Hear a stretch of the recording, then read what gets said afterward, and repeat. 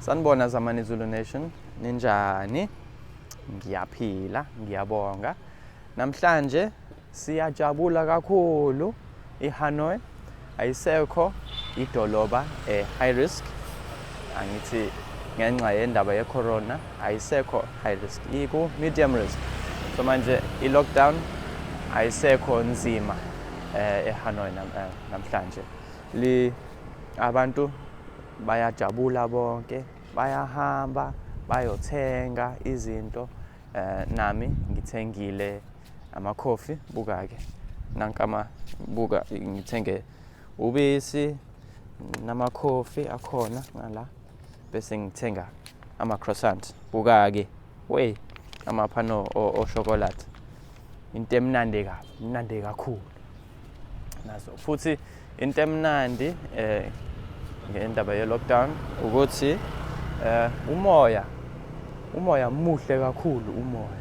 Buka-ke ukuthi lihle idolobha. IHanoi lihle kakhulu namhlanje.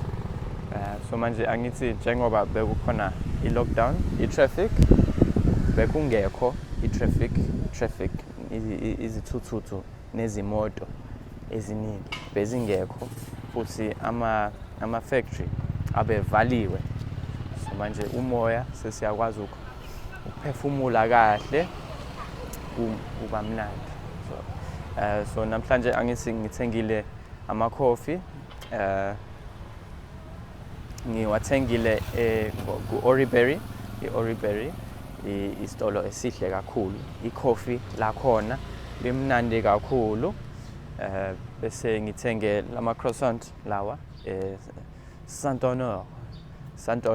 Ngizothini ngesiZulu angazi ukupronounce ngesiZulu Saint-Honore. Futhi angithi kulomgwaqo uSwanzio lapha beku empty ngaphambili. Yabona, ngiyakhumbula nasi isithuthuthu esikhulu sibanga umsindo. Ngiyakhumbula lo mgwaqo Swanzio ibe empty, bekungekho umuntu.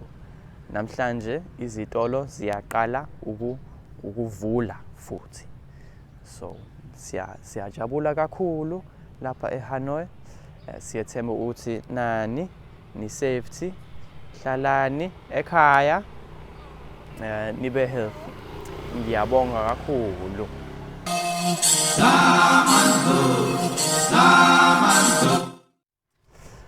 Thanks everybody for tuning in. I'll have English and Zulu subtitles underneath, so be sure to watch maybe the video first in English with English subtitles, and then activate Zulu subtitles and test out your Zulu and get learning. Thank you very much. Ngiyabonga kakhulu. Salani kahle.